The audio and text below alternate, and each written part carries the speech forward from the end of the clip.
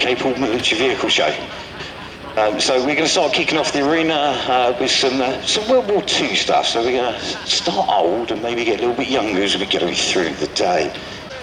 In the woods, we have the reenactors, and the field beyond that, through the woods, is the reenactors as well. Well worth a visit. It is. We've also got the entertainment tent, which is sort of directly behind you, past all the stalls. And we have the stalls. You can virtually buy nearly anything here. Yeah, from a beret, cat badge, vehicle parts, and you could probably find yourself a vehicle for sale. So if you really fancy buying yourself a tank, I'm sure we can find one here for sale. I guarantee it will drain, bristling all over it, but it's probably one of the most important vehicles of World War II, because a soldier can't fight without bullets, food and support. So, and there were thousands of these on the Red Bull Express, absolutely thousands. And they were doing convoys 24/7, day, night, they just kept going and kept going. So as we come round, we'll see the Jeeps. So over 250,000 Jeeps were made during World War II. So there was quite a few, but they were put out on the Lend-Lease policy. So the British had them, the Australians had them, the Polish had them. So, but they all kind of had the same US markings with the stars. Now what you might notice on the front of some of the Jeeps is a star, and some of the stars have got a circle around them. So a single star is just depicting that it's an American Jeep. The one that's got a broken circle around the outside, they call that the invasion star. So this would have been, vehicles coming in after the storming of the Normandy beaches, and it was just to signify, what that vehicle had been through. The numbers on the side were allocated to that vehicle, so they could tell which unit it was from, and basically which batch number it had come from when they were built. So we're going to move on to something a little bit bigger, which is the Dodge. I love these vehicles. They're really, really nice. They're user-friendly. They would just about fit in a garage. They're not too bad on fuel. And just coming sort of round the top corner at the moment, which is the Dodge Command car.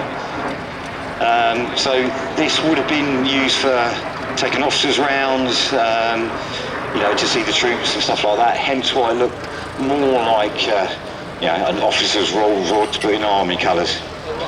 So the little track vehicle that's coming around the front is called a Bren gun carrier. And it does exactly what it says on the tin. It would carry a Bren gun crew, which was the British machine gun at the time. Now these Bren gun carriers were really, really quick, very, very versatile, and can virtually go anywhere. But they can turn on a sixpence. But with a lot of tanks or fully tracked vehicles, you have two sticks in front of you called tillers, and you pull back on the left, you go left, you pull back on the right, you go right. From 1944, it's essentially the Russian equivalent of the Willys Jeep, produced towards the end of the Second World War into the 50s. 3.5 litre petrol engine, 54 brake horsepower, but plenty of torque and plenty of fun. Yeah, I've seen these airborne. Yeah, they're really, really good. Right, so like I said, with the Jeeps on the Lend-Lease policy, so this is a classic example of what the British airborne Jeeps would look like. So every country that received the Lend-Lease Jeeps and vehicles, they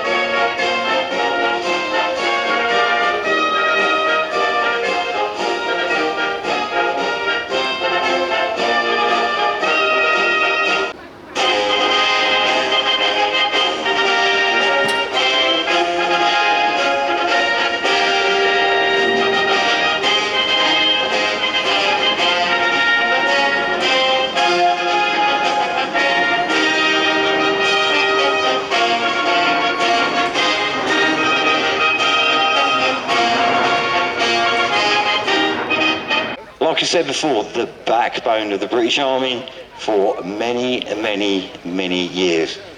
Now, sadly, very, very soon, the British Army are getting rid of the Land Rover. They're not going to be using them anymore. I don't really know what's going to replace it. I just think it's a crying shame, because it's one of those vehicles that's ironic. Well, not ironic, iconic even. Well, it is ironic. Most of the drivers are ironic. People love them. They really, really do. Down to every single nut, bolt and rivet. Now, somebody once described a Land Rover to me as 1,000 rivets flying in loose formation, which basically they are. So they were designed by two brothers, almost towards the end of World War II. So they wanted to make something that resembled the Jeep, so that farmers can use it, maybe the British Army could use it as well. But there was a steel shortage. So the main chassis were made out of steel, but the bodywork was made out of aluminium, because there was quite a supply of aluminium because when they were building aircraft. So when they stopped building them after the war, there was just lots of it around. So they used what they had. So I'll pick one out. I'll grab this one. So this lovely little Land Rover is called a Land Rover Lightweight. Nobody wants to drive towards the microphone. So the Land Rover Lightweight, so a 2.25 litre petrol engine, 4-cylinder. Now these vehicles, the reason they were called Land Rover Lightweights is one, they were quite light, and two, they used to throw them out the back of aircraft on skids with parachutes. So they were really, really versatile. They were loved by reconnaissance units because they were quite small, they were quite quiet. But again, it's one of those vehicles that had multiple different roles. So it could have been fitted for radio, it could have been reconnaissance, it could have been the CO's wagon. It could have been so many things, but the lovely thing about Land Rovers is they were so adaptable that you could just unbolt stuff and bolt stuff straight on it. Anti-armour shoulder-fired weapon. So it'll be dripping with kit. You'll see on this one, there's like panel holes in on the side, which they call sand tracks. So if the vehicle stuck in sand, they could pull these tracks off, dig out the wheels, and then get themselves out of trouble. Going up to the rear one, which is a WIMIX. God, this is taxing my brain, this one. So WIMIX stands for Weapons Installation Mount. Weapons Mount Installation Kit, that's it, yeah. So this is more what you'd see current at the moment. Slightly different when they fitted it to the Wolf, but this is how they kind of would look. 0.5 50 cal on the top, but they could also have the M4 grenade launcher, or was it the M3? Can't remember, on the top as well, which is instead of throwing the grenades, you could actually fire them via a belt-fed system. Again, GPMG on the front, but you'll see, I think it's on that one, but you'll see on the front of this one, is what they call snorkel. Now, a lot of people think that you've got a snorkel on the front, which means you can go really, really deep in water, but that wasn't what it was designed for. It was designed for a clean air intake. That was the original design for a snorkel. I know they called it a snorkel, but that's what it was designed for, because when you're following other vehicles, the dust goes out the side, there's a clean air environment in the middle, and that's why they raised the air intake up. But as time went on, they actually started to seal them to water, which means they could wade a lot deeper. Now, wading in a vehicle like this, you're going to get wet. And a lot of them did. But again, it's got another law on the front. But this is how the reconnaissance... There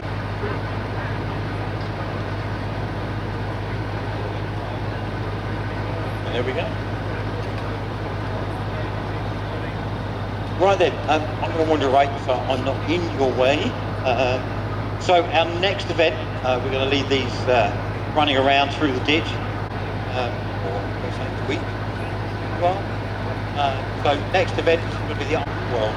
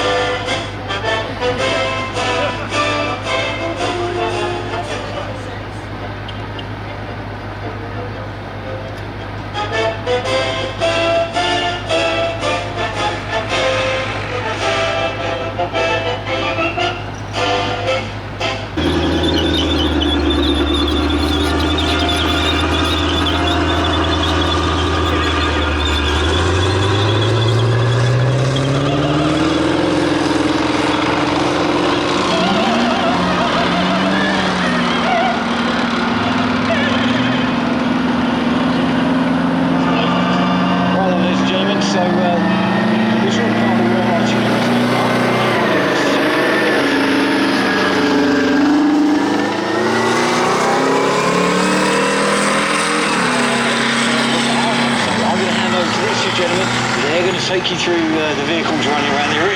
Howitzers. So I'm here as well, just making the point that obviously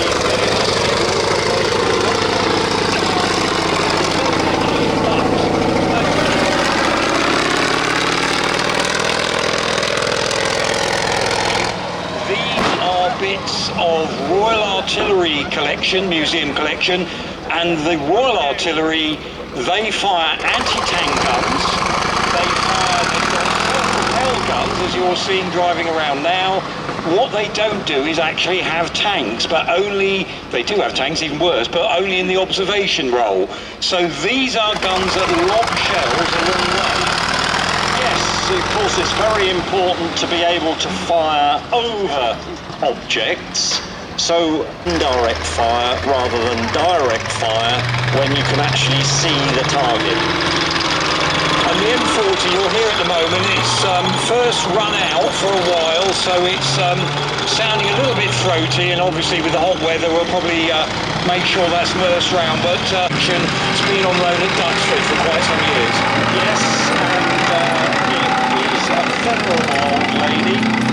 Dates to just poke around slightly, but a very worthwhile unit to be able to take into the field with you with your main battle tanks. And what you're looking at there is really, like a lot of these vehicles, they sometimes base them on the hull of a tank.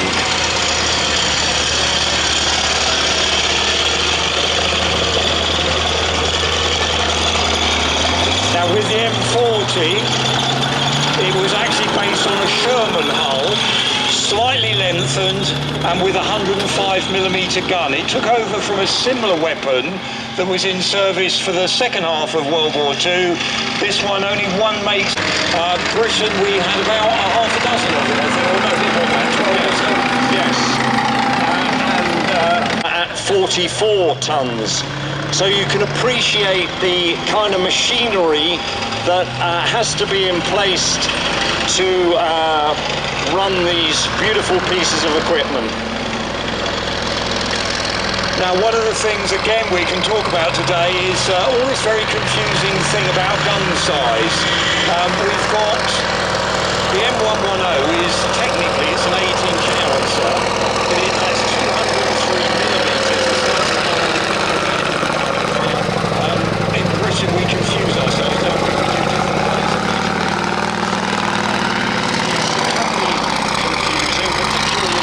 Probably at about maximum elevation. So if he was going to fire a standard high explosive round, he would need obviously to get over the wood in front of it and probably range to in the region of 15 miles. Now these are all pieces of artillery that took over from towed artillery in many ways. And this means if they're mobile, they can keep up with your armoured forces. You can get into action in just about a minute or so, isn't it? It's ridiculously fast.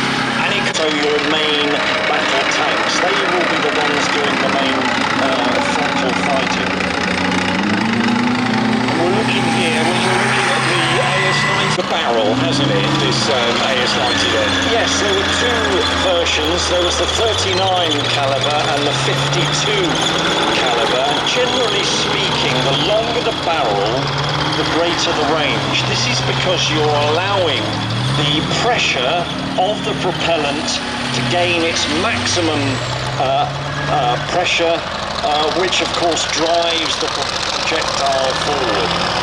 But it's a bit of a trade-off because, as you can see particularly on the AS-90, it's got a cover over the end of the barrel. This is covering what's known as the muzzle brake, because if you're not careful, if you have too much pressure in the barrel, it can, from the point of view of recoil, damage the rest of the system. And the muzzle brake basically pushes the barrel forward, so it doesn't go back as much inside that barbette or the turret as it would be on the AS-90. Yes, that's correct.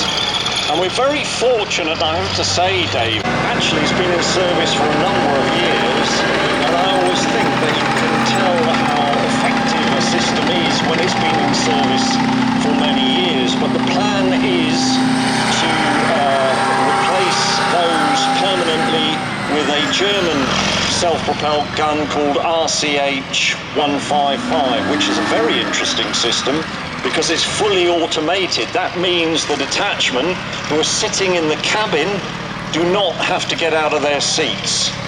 And we're thinking of putting that on Boxer, another vehicle that's coming into service with the British Army fairly soon. So artillery, whatever you're watching on the news about drones, etc., it is still artillery that does a lot of the damage on the battlefield, certainly in Ukraine. And this sort of caliber, 155, seems to be the sweet spot, doesn't it? And also you can buy the ammunition anywhere. Yes, as you've said, David, it's very much a trade-off about the payload, the strain on the system, and everything else that goes with it. So the designers of these systems really do earn their keep. Now, with these vehicles all coming from the Royal Artillery Museum collection, if you haven't found it already, there's a big stand there. There's some interactive things you can have a go at. There's other bits of kit from the collection, and it's a great opportunity to go and interact with the volunteers, the staff there. They'd love to show you some of this.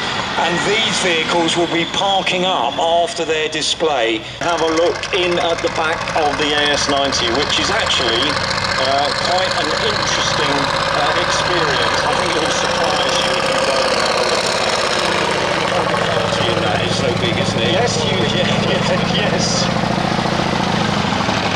Well, we're very fortunate in the museum in that we've got some very able volunteers, as indeed the Tank Museum does, and I think this is likely to be the future of museums, where more and more volunteers are coming in. Of course, where we are positioned near the main garrison at Lark. Vehicles going around, you'll also see they've got a ground anchor or a spade at the rear. And the idea there is that when they are firing, to make an even more secure platform to fire from, you drop the anchor, the spade, into the ground behind the vehicle, and that will dig in when the gun fires. So it's stopping the vehicle, the recoil affecting the positioning. So once you're on a target, you're staying on a target if you're firing from that same position. AS90's pretty much got so much weight behind it, doesn't so much need it, does it? Yes, that's very important. A stable platform for gun firing, and nowhere was this more apparent than during the Great War, of course, where in the mud of Flanders you struggled to find yourself a stable mobile platform for concerted gunfire. So it is very important. And nowadays, with things like AS90, all the modern systems, they've all got GPS in, so again, it's tapping to the computer. Do they still teach map reading and gunnery that way? Because I guess they have to. If the computer goes down, we still need...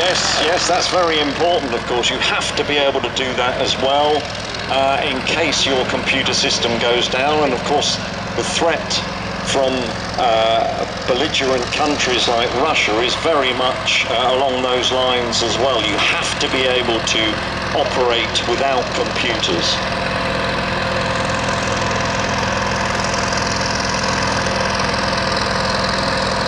Now the engine, that's obviously it's not suffering, but it's probably just not running as smoothly as it should in that M40 there.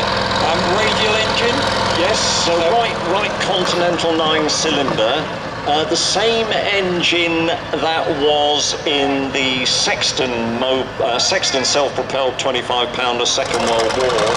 So it actually needs to be wound up, believe it or not. You have to you have to get the pistons moving within the radial system.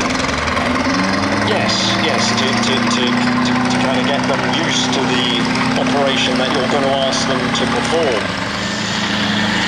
And it's really an aeroplane engine, isn't it? They put in a tank, and hence its big, fairly tall engine and circular, and that very distinctive noise the radial makes. Yes, and I'll never forget a few years ago when we were operating the Sexton at a show, and it was being wound up, and somebody came up to me and said, America use them quite a bit. Again, it's another one of those guns where we call this an 8-inch gun. Size of the hole at the end of the barrel, 203 millimeters.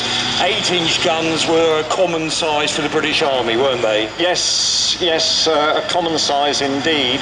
And in typical American fashion, they had a much wider range of potential projectiles than the British Army would ever have. For example, sarin nerve agent, and indeed a plutonium-based nuclear projectile as well. So quite a range of choice projectiles. And the British Army actually had towed 8-inch guns, didn't we? We were going to fire nuclear shells from those in the Cold War in the 50s and 60s. Yes, as I said, 32 units. So practically all of the running AS-90s went to Ukraine. I think they kept 6. And I think 6 that weren't running went as well for spares. So currently, this is the only running one that's left. I think there are odd bits and pieces in various workshops at Larkhill, more or less just for our purpose. And it's another reason why the military should give an example to a military museum, because this is now the reference vehicle. So if the Ukrainians are wanting to have an upgrade or buy a bit of kit or British industry, which is another thing that military museums do, they're almost like a data bank, a store of all the original kit, because again, there's M110s out there in the world at the moment, and you'll go over to the Royal Artillery stand.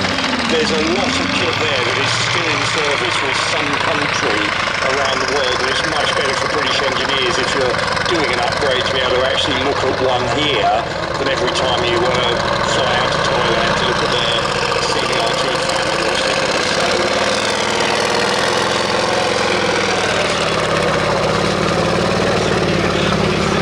This unit, AS-90, was introduced in 1993.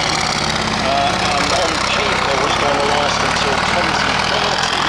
It gives you an idea about how durability, reliability and effectiveness comes into the design. And a lot of guys have evidently served on that. AS-90 sees action, doesn't it? Bosnia and Yes, we have several of our volunteers, and indeed some of the guys who are on it today saw action in those conflicts.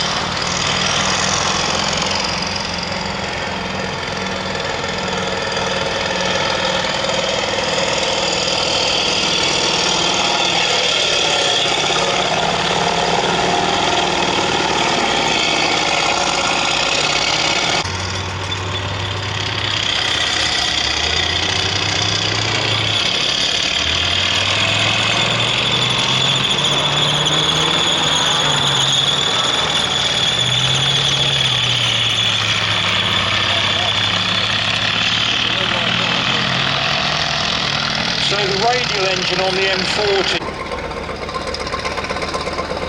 I hope you're all paying attention. There is a test later on, so at least 7 out of 10 for the spotters there. Oh yes. When you go over, have a look, do pop over, talk to the guys. They love showing this kit off. And obviously, you know, you're seeing the outsides at the moment. That's a really important point.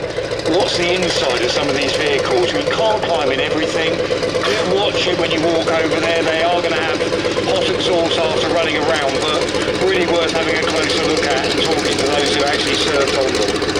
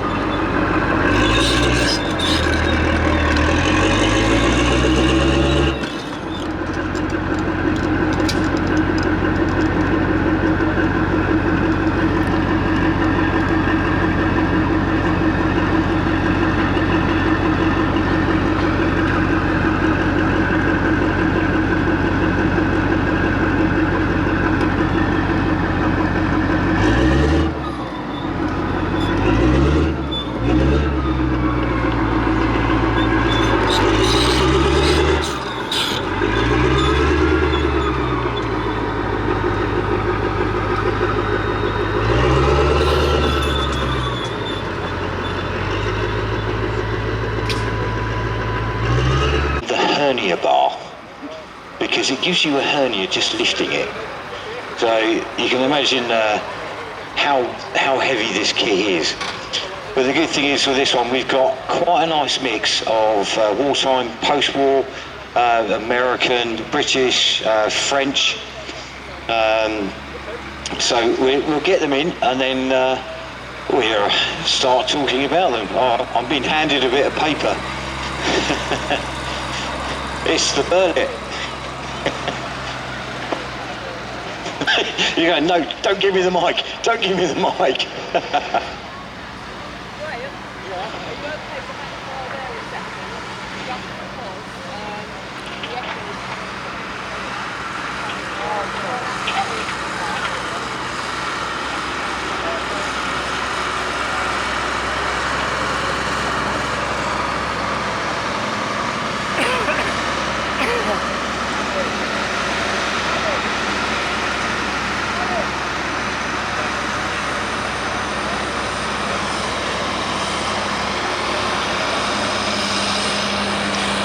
We have quite a few coming in, that's very nice indeed.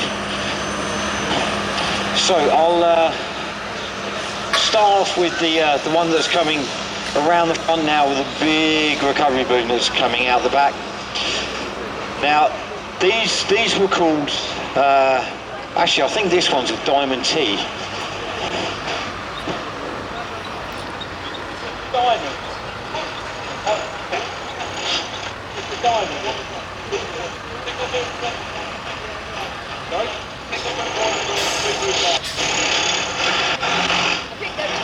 Right, so this one is called, even though it's American, it's called a Ward de France. So this is wartime. So these guys would be posted up and down basically main supply routes. So if anything broke down, basically they would go back, pick it up, either try and repair it there and then, or they would drag it back to kind of like a main workshop.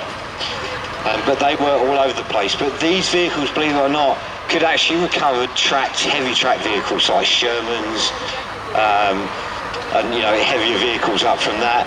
There is again a famous picture on the internet of two Ward de France's towing a German Panzer tank that had been knocked out. But it took two of them to tow it because it was so heavy. Very, very versatile piece of kit. Originally they had a petrol engine. You can imagine it's probably, when they're doing recovery, you're talking gallons per mile, not miles per gallon, which is a lot of fuel. So we've got, how many? We've got two Ward de France's in here. No, wrong, 3 Ward de France's in here. To recovering any kind of vehicle from any kind of situation, whether it be rolled over on its roof. So the big boom on the back, so that's what they call a rotator. So that boom can lift up and it can swing out the side. It can even swing over the front of the cab. But essentially it's a crane. So the boom can actually come out almost three times its length. So the weighting system on this, so the recovery winch that sits sort of underneath the crane in the back, can pull a lot. Really, really can. So I've worked with these in so this particular one that's just come past the front, that's been used quite a lot. Oh, I'm being shouted at, hang on.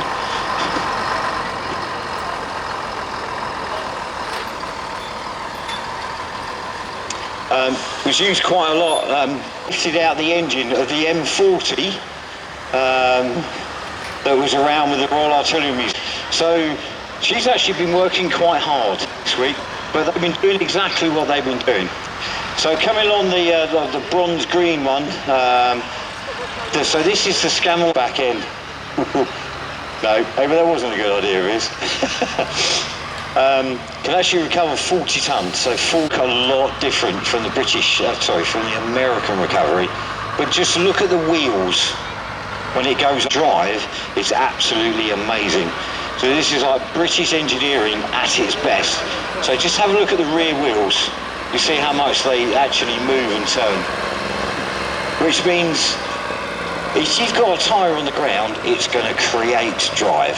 If you've got So, coming along out here is the Burnett recovery, which is French. So, this is 1965.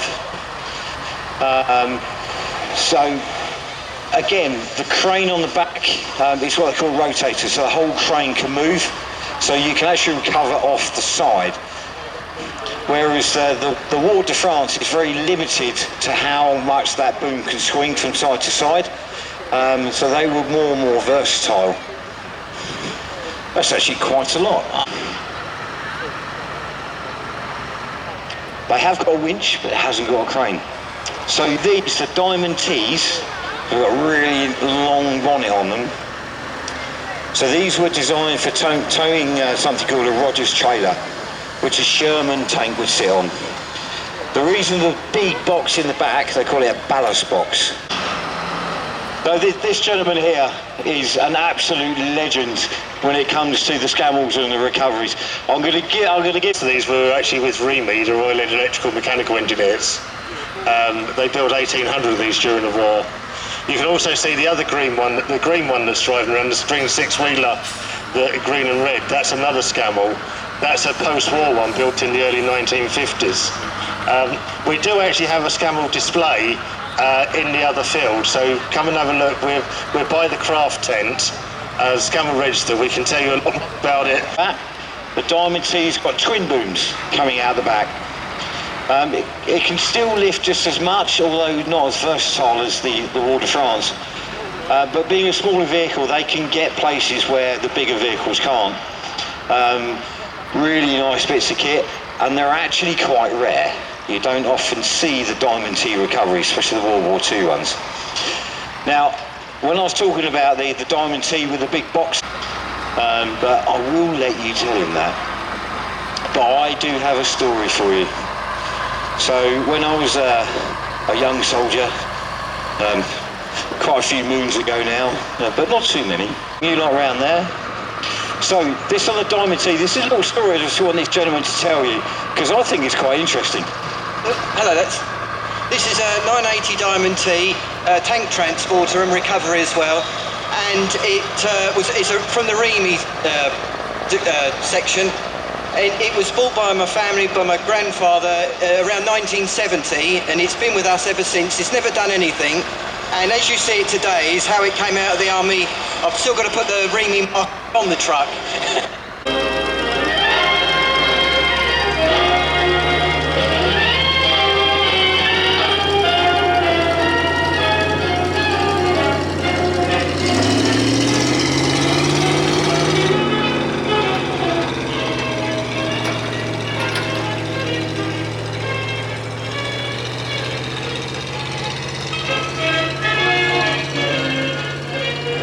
Artillery shells, kit, ammunition.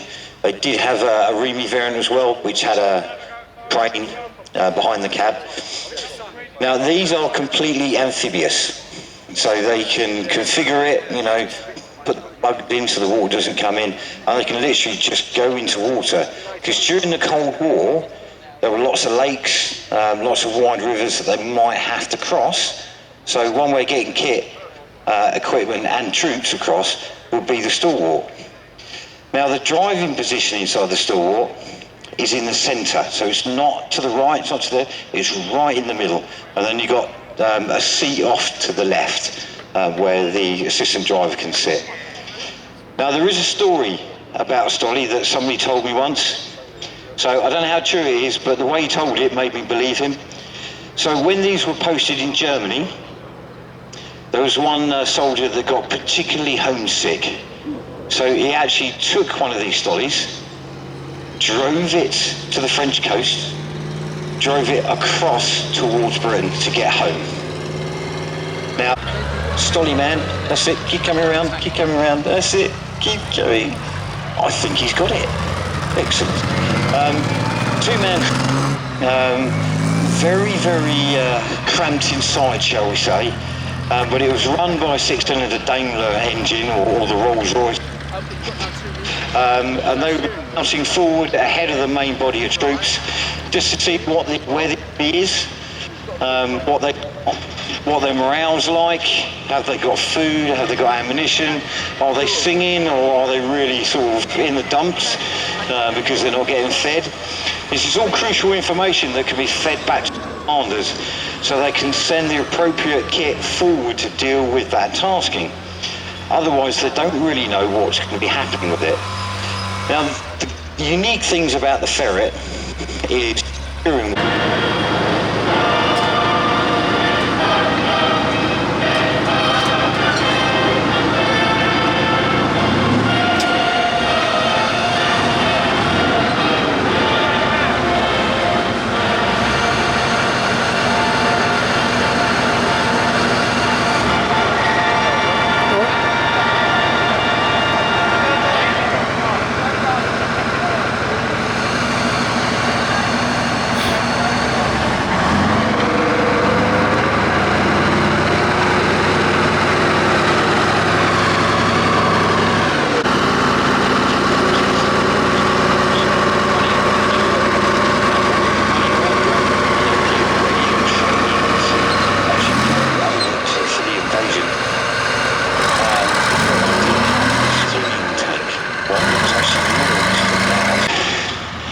Now, if you all know your history, America, 20s and 30s, very small army at the time.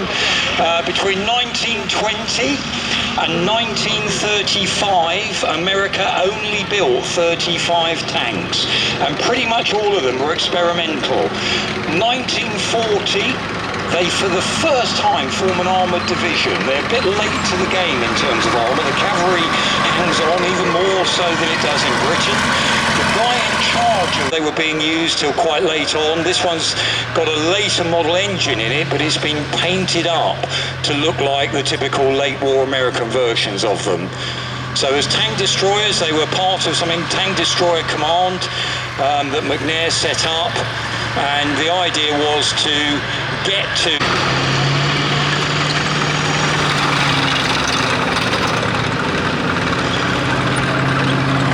we've got a 25-pounder going around being towed by an Austin chain. I'm not quite sure what that one is to do with armour, but behind it is an M4 Sherman tank, and behind that, pulling that 155 Long Tom gun, is the hull of a tank that was built just before the Sherman in America. America's throws money at the problem when the war comes, or 1940 when Roosevelt says start building armoured forces. It's about to build a medium tank called the M2. They stop that because they realise it won't be good enough. It's not going to have a big enough gun on it. So they want to build the Sherman tank, but they're not ready for that. They haven't got the skills for casting. Now, once all this American kit, we've got a classic British tank that many people tend to forget. That's the Valentine tank that's driving around. 25% of British tank production in World War II was the Valentine, and it often gets forgotten about. This particular Valentine driving around, very famous one, last one to drive. Two ways of driving it, one on its track, one by propeller. And as it drives past, if you look at the back of it, you'll see a propeller there. We initially start in Britain with a guy called Nicholas Strauss, a Hungarian.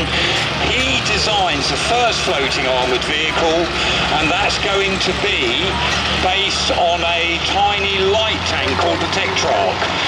Then they try it on the Valentine. The soldiers train on the Valentine before D-Day, and on D-Day they use floating Sherman tanks as a way to go ashore. So the Valentine version doesn't actually see any action. It might have done in North Italy, but it's Sherman floating tanks that are famously used on the D-Day. And the whole point was to get fire support onto the beaches as quickly as possible on D-Day so that they could assist the troops. They're not all facing out to sea, so our destroyers could get them. And certainly on the British and Canadian beaches, those float the Middle East. So for reenactors and for owners, the chances of owning a real German tank are pretty slim unless you're a multi-millionaire. Hence the Panzer III.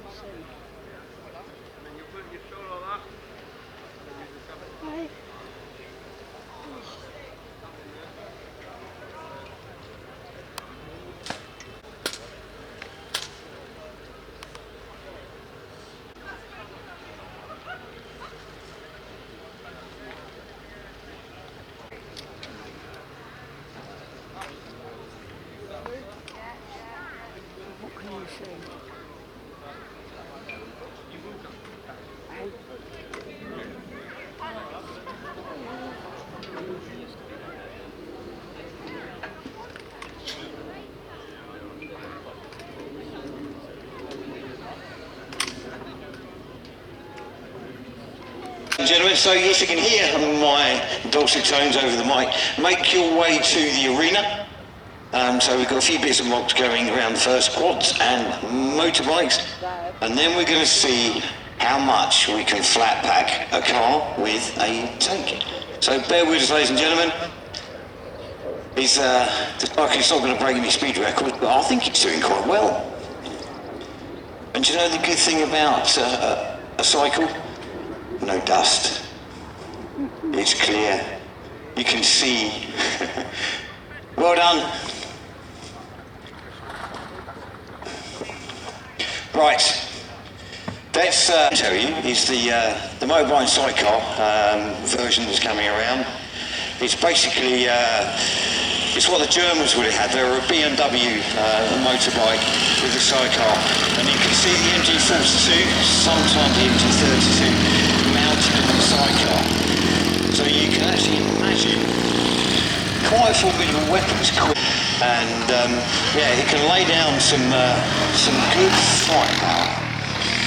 Right, this is what I mean about the dust. Right, on to the quads. And they've been used more and more and more. And why not? It's a proven system that's been used for many, many years before.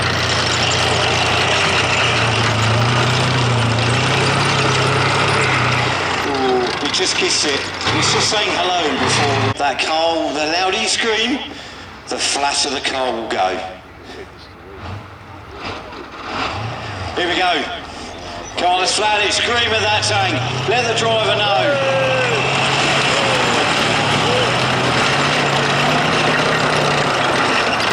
Right, let's see what the dust shows here with the tank. I can't hear you. Do you want it flatter? Now I can hear you. Here we go. Don't forget, shout at that driver so we can hear you. And let's try and get it really flat.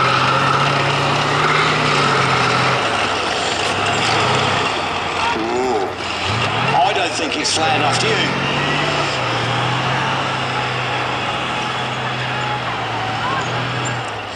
Right. I think it's the last part. We will see. Right. Scream at that driver, see if we can get it really flat.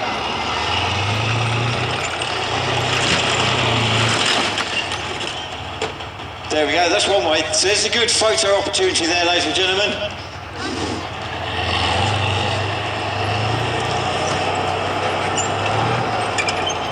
I think that's quite flat. Looks like he might do. It's obviously not flat enough for him. Here we go. Oh, grind those keys. He's off.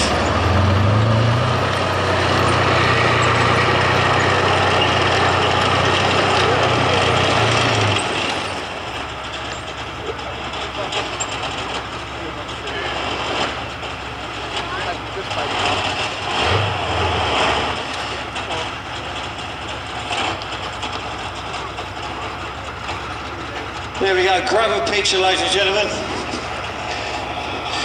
Just give the driver a massive round of applause.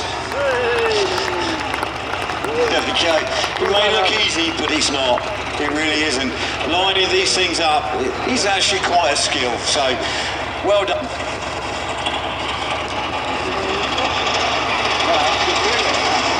The crew as well and everybody involved. That is the end of the arena programme, but not the end of the show. So thank you, ladies and gentlemen. We'll see you soon.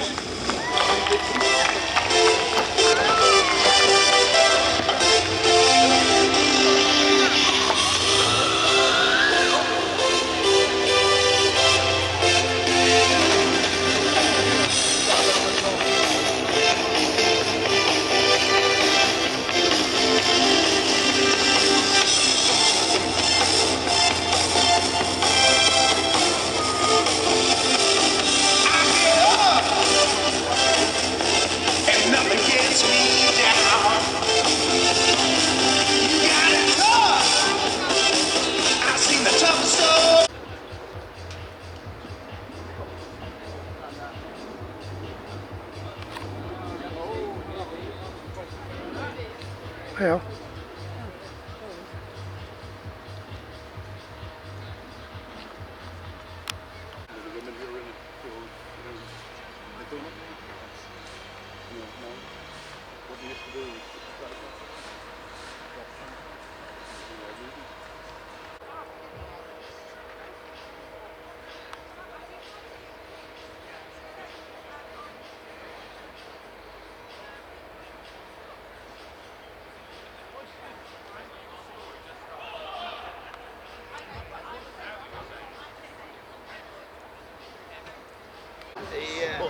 You're not going to say no, are you? Wow. So we give him the 60 back, let's think about that.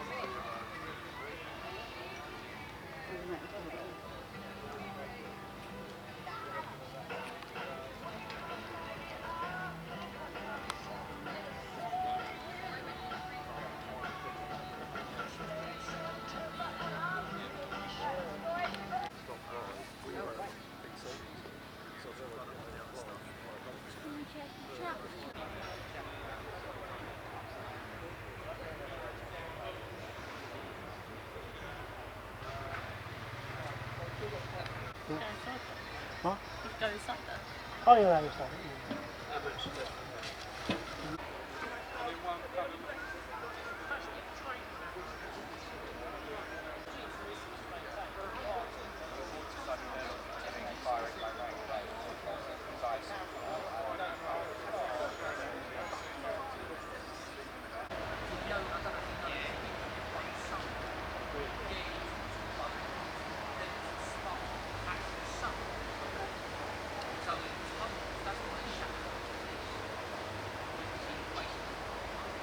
No.